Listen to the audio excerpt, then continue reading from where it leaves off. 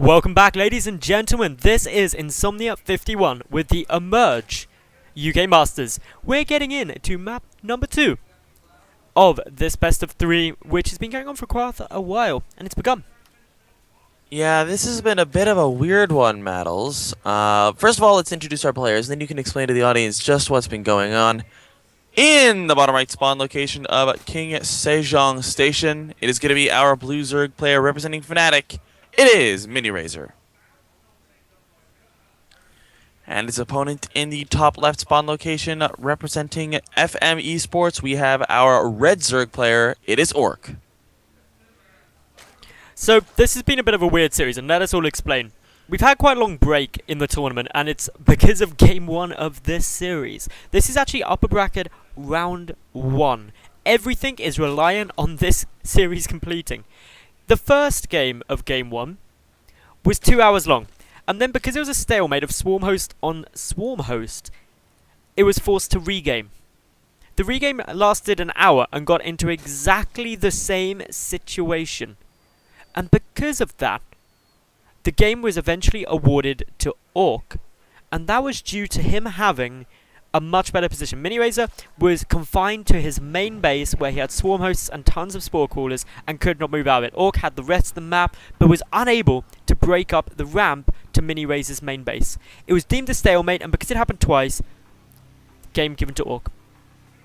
Yeah, and I mean, I'm kind of happy because it would have been fun. It would have been a little bit sad if we had to sit through another regame of Game 1. Well, the thing is, Game 1, that situation that they got into was never ending.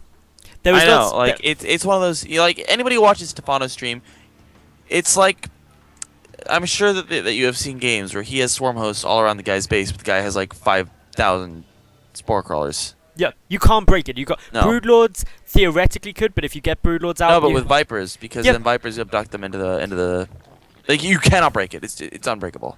And then you get into that situation. The reason that FMOurk was given the game is because the admins deemed that if theoretically that game had gone on for as long as it naturally could, eventually FMOurk would win, just because he had all of the resources apart from one base's worth. This game, though, seems to be going a bit different. We've got a pool gas hatch build out of FMOurk, whereas MiniRaser opted for a, I believe it was a hatch first play. Yes. So, I'm kind of interested to see what these two guys do.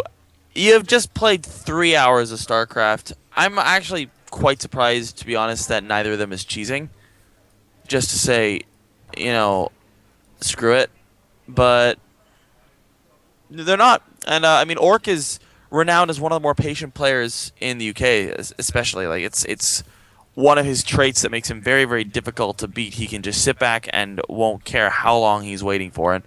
That's obviously why he ended up winning the first game. And, well, he is just getting a ton of drones right now. So, FMOurk is going to be sitting on a lot of drones. He's going to be up to 27 momentarily. And we do have more lings on the way for MiniRaser. So it looks like MiniRaser does want to try to break his opponent early. 8 lings on the way now for him. 2 of them are going to be poking on up to try to scout what they can scout. They don't see too much. They don't catch those drones coming down the ramp either, so he's not entirely sure how many drones there are. But overall, like, MiniRaser is definitely going to be committing very heavily to this. He's got, a good number of lings out. He's going to be going for a Zergling Baneling push in.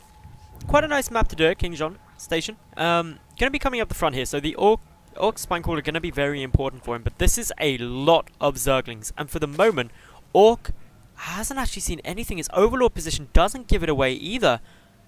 Wow, he's in now. But instantly more very spines. Late. Only one additional more spine. I don't know if FMOurk is going to be able to defend this.